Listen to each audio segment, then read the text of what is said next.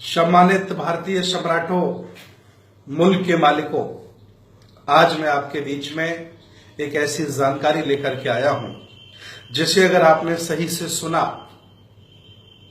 और उस पर मनन किया, चिंतन किया, तो मैं दावे के साथ कहता हूं आपको अपनी औकात पता चल जाएगी कि आज हम क्या हैं। वो जानकारी क्या है?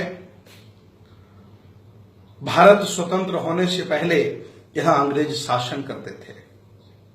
अंग्रेज भारत को लूटने की नीयत से आए थे और उनको यहां से भगाने के लिए तमाम हमारे बहुजन समाज के देश भारत के लोग वीर सपूत शहीद हुए।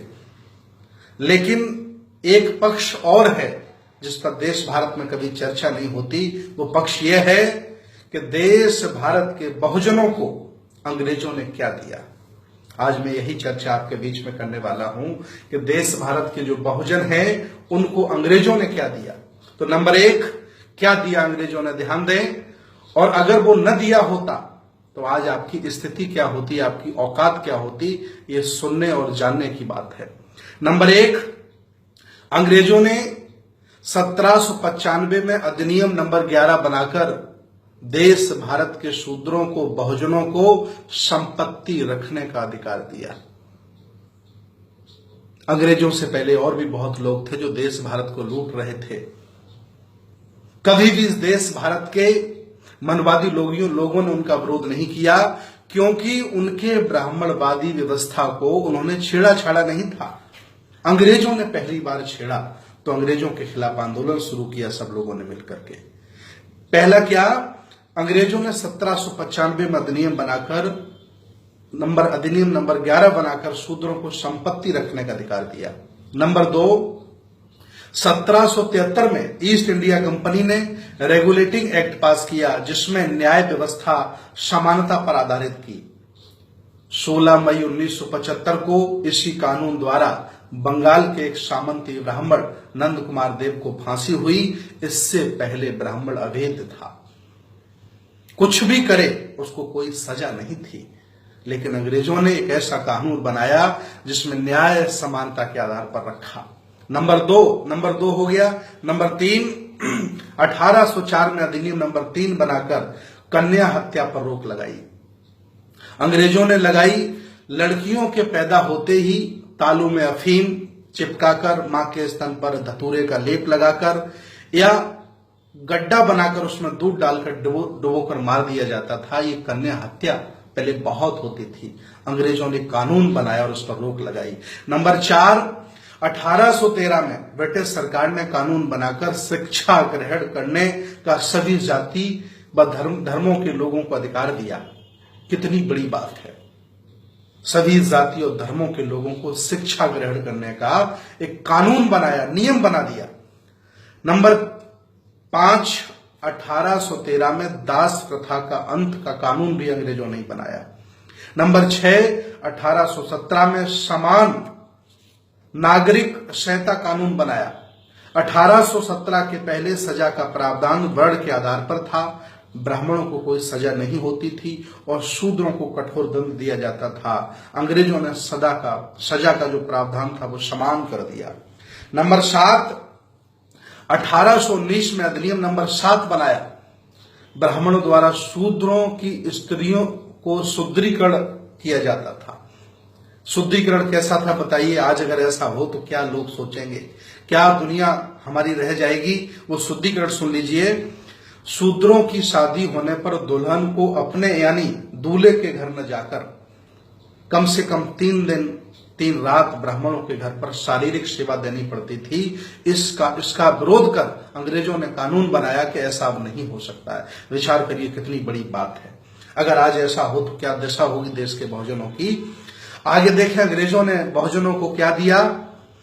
नंबर 8, 1830 में नरबली प्रथा पर रोक लगाई। देवी देवता को प्रसन्न करने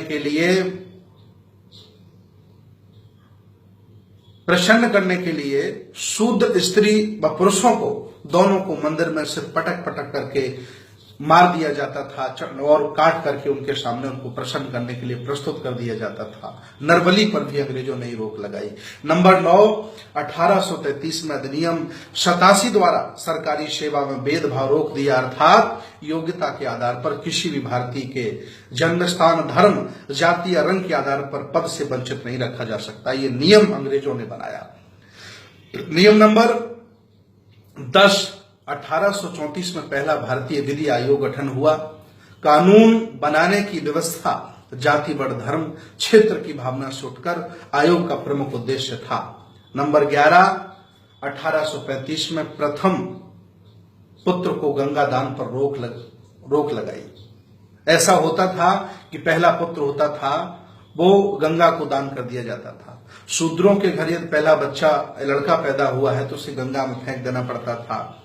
पहला पुत्र क्योंकि हष्टपुष्ट होता था, स्वस्थ होता था, तो उसे फेंकवा देते थे ताकि वो ब्राह्मणों से कभी लड़ ना पाए, और गंगा में दान करवा देते थे। इस प्रथा का भी अंग्रेजों ने रोक लगाई। आगे नंबर ध्यान दें, 12 नंबर है 7 मार्च 1835 को लॉर्ड मैकाले ने शिक्षा नीति राज्य विषय कानून बनाया। उच्च शिक्षा को अंग्रेजी माध्यम से बनाया। उच्च शिक्षा जितनी भी थी उसको अंग्रेजी माध्यम दिया और सबको समान शिक्षा दी। लेकिन अंग्रेजों के जाने के बाद मनवादी सरकार में आए, उन्होंने शिक्षा को, जो सरकारी शिक्षा थी, उसमें निजीकरण कर दिया तो बड़े लोग ही अब पढ़ सकते हैं, अच्छी एजुकेशन ले सकते हैं, गरीब आदमी के लिए नहीं है। तो ये अन्याय यहाँ के लोगों ने किया और अंग्रेजों ने किया, बहुजनों के लिए किया। और इसके बाद अंतिम एक बात, आज के वीडियो के लिए बस इतना है। अंतिम बात है, ध्यान दें, अंतिम बात है 1835 में कानून बना करके अंग्रेजों ने देश भारत के बहुजनों को कुर्सी पर बैठने का अधिकार दिया। विचार करो, अंग्रेजों के पहले हम कैसे होंगे, कैसे हमारे पुरखे रहते होंगे, क्या मेरी जिंदगी होगी, क्या मेरा सामाजिक, राजनीतिक, धार्मिक स्तर क्या होगा, ये आप लोग अच्छी तरह से जान सकते हैं। ये जानकारियां देश के बहुजनों को होनी चाहिए। ये जानकारियां देश के तमाम 85% लोगों को होनी चाहिए कि पहले हम क्या थे और आज हम क्या हैं, किसकी बदौलत हैं। जिन्होंने छोटा सा शासन किया वो इतना दे गए, और 70 साल से जो शासन कर रहे हैं वो हमसे क्या ले रहे हैं, क्या दे रहे हैं, ये चिंतन का विषय है। मैं अगले वीडियो में फिर आता हूं, अंग्रेजों ने बहुजनों को क्या दिया, ये शीर्षक होगा और बहुत सारी जानकारी आपको देता हूं। तब तक के लिए नमो बुद्धाय, जय भीम, जय भारत, जय बहुजन। आपका मंगल हो।